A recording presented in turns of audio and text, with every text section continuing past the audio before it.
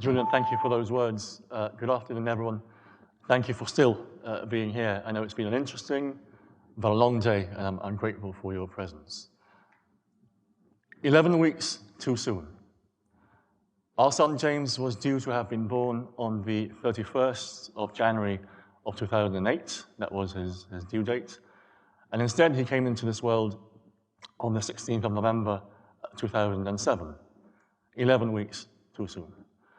But those final 11, 12 weeks of pregnancy are absolutely essential, absolutely important in terms of preparing that child for life outside the womb. So when a child is born that prematurely, and in James's case, at just 29 weeks gestation, in fact, 25 minutes into that 29th week, when that happens, that child needs help to be able to breathe.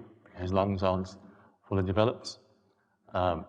His sucking instincts haven't matured yet, nor are they able to swallow by themselves.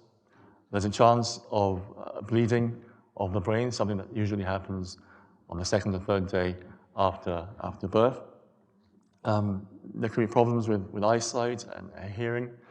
And of course, premature children very often take much longer to reach certain milestones in life, such as walking and so on.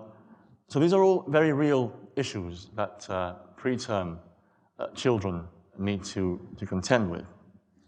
Some, sadly, simply don't survive, and those who do very often are faced with difficulties that remain with them forever. So it's certainly not an easy start to life. I was a minister at the time. I remember having literally just sat down for an important work lunch, and I got a call from Genevieve, my wife. She said she was bleeding very heavily, and she was in hospital. In fact, she'd had some bleeding a couple of weeks earlier, but the nurse who saw her then dismissed it as being nothing to be particularly concerned about. I rushed to hospital. She was in the maternity ward.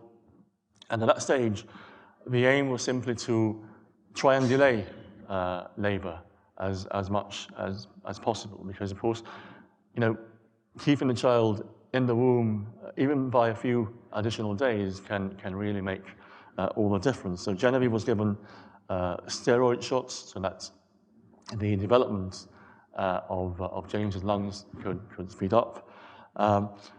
But come the next morning, I think it became very apparent to everyone that the baby was going to be born sooner rather than later. And there was a process of trying to find a space for Genevieve in a specialized hospital in Spain, which proved more difficult than envisaged. Finally, they did find a slot at the Hospital Materno Infantil in Malaga, which has a neonatal unit that specializes in premature births. And off we went, urgently. 2 ambulances, one for Genevieve, one for an incubator, because there was a real risk of the birth actually happening before we reached destination. I tried to, I was driving, my parents and my aunt were with me. I tried to keep as close to the ambulances as possible. It just wasn't to be. They were, running through red lights and so on. It was nighttime. It was dark. I had no idea where the hospital even was. Eventually, I found it. Eventually, I found my way inside and found Genevieve in what was the delivery room.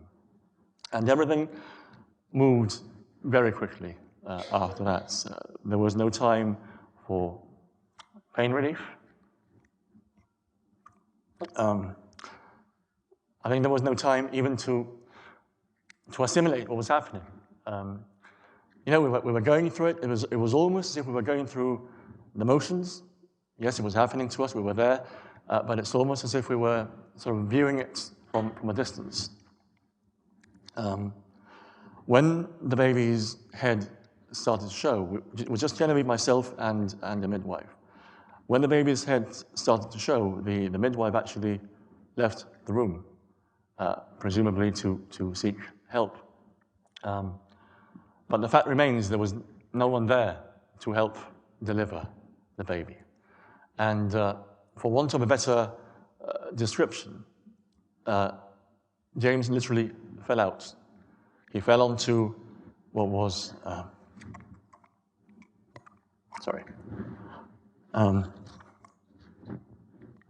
an extension on the bed, slightly lower than the bed itself. And when, at that point, the rest of the staff came in, and when a mother has gone through all that pain of childbirth, what she wants is to be able to hold that child. And my wife wasn't able to.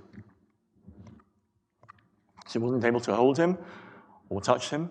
I remember the midwife picked James up upside down from his feet. We saw him for 2 seconds, and he was whisked away. I was able to see him briefly that night, but it wasn't until the following day that we were able to see him together.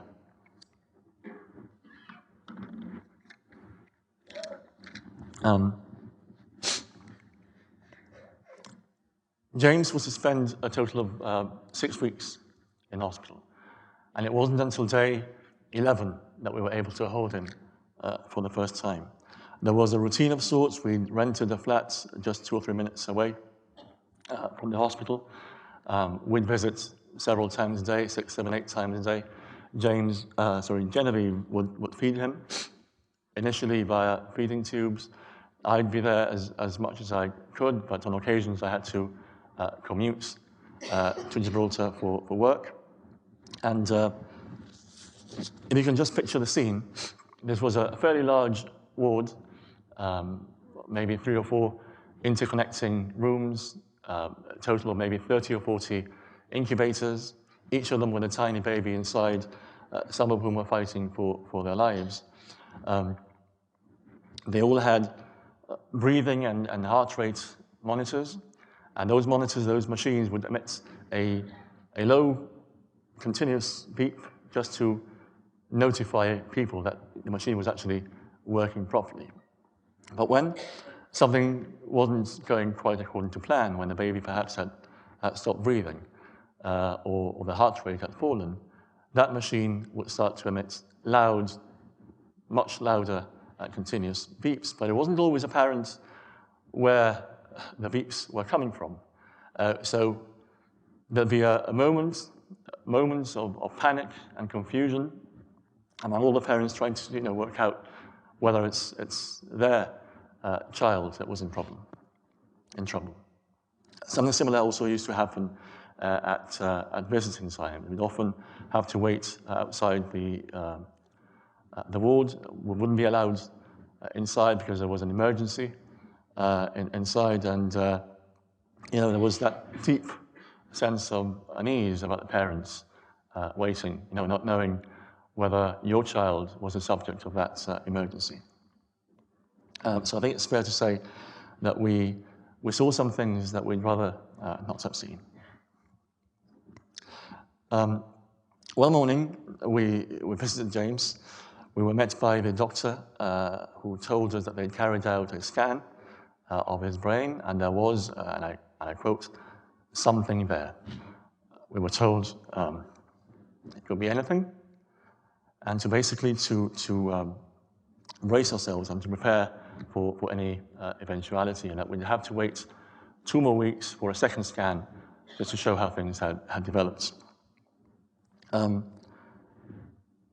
There were a lot of prayers said during those 2 weeks. They were very dark, difficult times. Prayers by ourselves, our parents and families, even, I know, prayer groups locally who had James in their thoughts. My approach through all of this, and Genevieve has always been far braver than I am in these things. I often tend to adopt the ostrich head in the sand approach. But it varied. There were days when I was very realistic about things, and I'd go through all the possible options of what could be happening, and how that may may affect James's lives and ours as a family.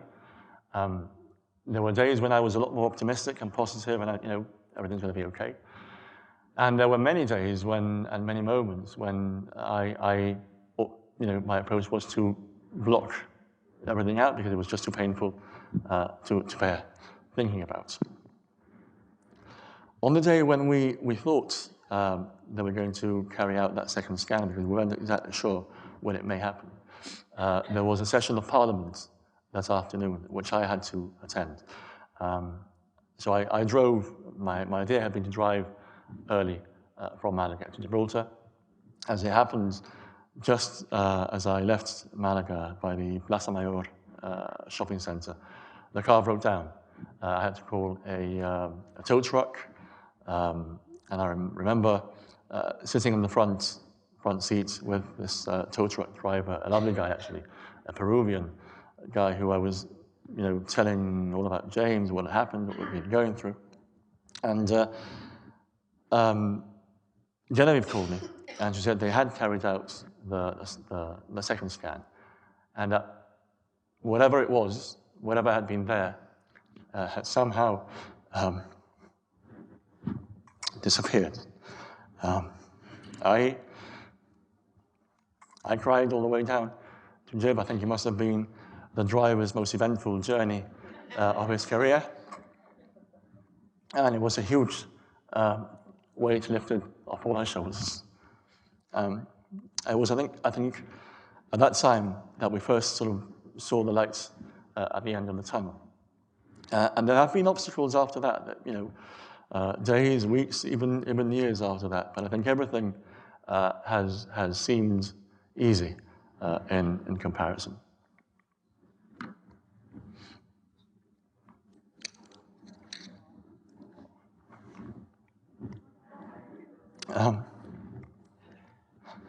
During the first 2 or 3 years of his life, James was hospitalized on a few occasions with breathing difficulties, suffering from croup and bronchiolitis and so on. And still, sometimes he attends physio sessions just to be sure that his motor skills continue to develop as they should. But as you can see, and he's down there on the second row, he's a very healthy, very bright 8-year-old boy. He supports Liverpool, and he likes Marillion, so we're doing very well. On a serious note, I think not a moment goes by when we don't realize just how fortunate we are at how things have turned out.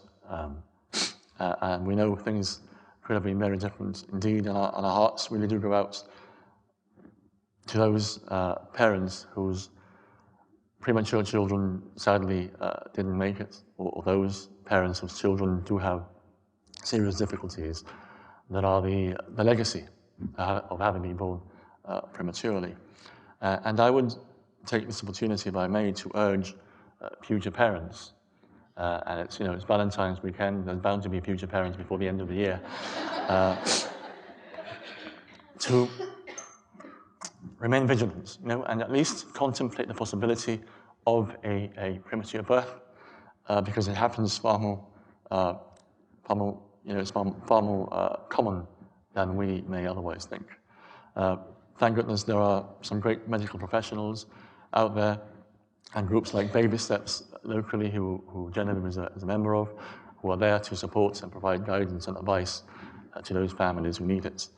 I'm about to expire my time, just 2 more minutes. When I was a very young boy, my grandmother, Dolores, my father's mum, she told me something in passing, but which has stuck with me ever since.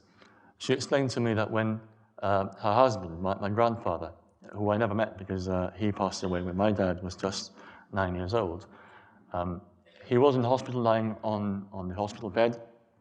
Something happened, I'm not sure exactly but there was a need to lift him off the bed urgently. My grandmother, who was actually a very petite lady, she told me how she didn't know, she had no idea where the strength came from, but she managed to lift him up. She did what had to be done. And I sort of draw an analogy between that and what we went through. In her case, it was physical strength. In ours, emotional. But, you know, sometimes there's no time to stop. There's no time to think. You just do what needs to be done.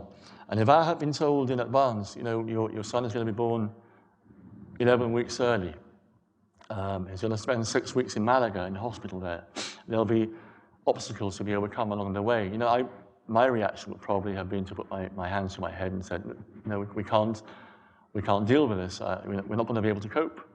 But cope, we did. And if this experience has taught me one thing, is that we as human beings, and particularly I think as parents, we're able to adapt. We're able to very quickly deal with whatever life throws at us. Often life-changing circumstances, but we're there and we deal with it. So I hope I leave you, and I hope you regard this story as one of hope and a positive one. And you know, in fact, the other day as I was preparing, you know, what to say this afternoon, a thought came to my head. You know, I look back now, and yes, there have been some very hard, very dark, very difficult moments for us, but you know, there's no point in having regrets. That serves no purpose. It helps no one. The fact is, we've been blessed with 2 wonderful children, James and Sophie. Yes, like I say, dark moments, but those experiences helped shape us. They shaped us as parents, they shaped our families, and they certainly shaped James and made him into the boy he is today. So, you know, now that I think of it, perhaps James was not born 11 weeks too soon after all. Maybe he was born at just the right time. Thank you.